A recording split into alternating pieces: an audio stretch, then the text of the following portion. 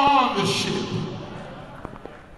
Problem with the Jonah storm is that everybody else is affected by the Jonah storm. Innocent folk were affected by the Jonah storm. In other words, because of your blatant disobedience and desire to go against the will of God, it affects all the other innocent folk that are on the boat. Nobody else on that boat was running from the presence of God. Nobody on that boat had disobeyed God. And I know I'm going to have to walk by myself here, but Jonah, you affect everybody else that's on the ship. Yeah. In other words, Jonah causes everybody else to look guilty. In other words, Jonah, just because you're effeminate, Jonah, it doesn't mean that all the other men in the church are that way. But Jonah's got everybody in the world looking at the brothers in the church like all of us are sissies. Yeah. But I thank God that there are still some real men even in the church. And you see, Jonah, Sister Jonah, just because you're bullish and messed up doesn't mean that all the women are going after other women. But because you're high profile, you got everybody pointing that finger at the ship because of you, Sister Jonah.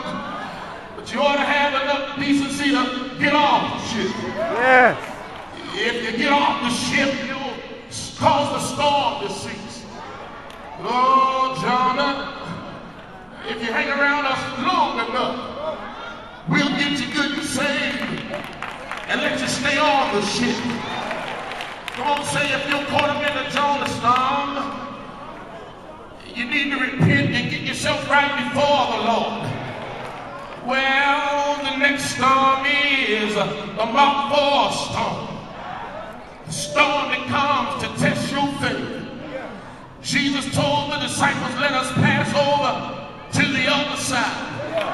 He got on the ship, went down in the hinder part of the ship. The Bible said that Jesus fell asleep. And when Jesus went to sleep, a great storm arose. But Jesus was asleep on the ship. The disciples became frantic and didn't know what to do. They had been in storms before. They didn't quite know what to do.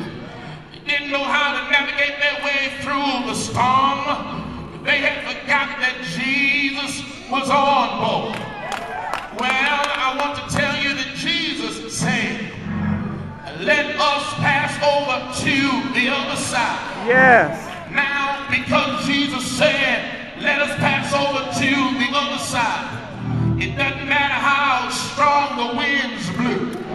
Jesus said, let us go over to the other side. And in our life, we come to the promise of what God gave us.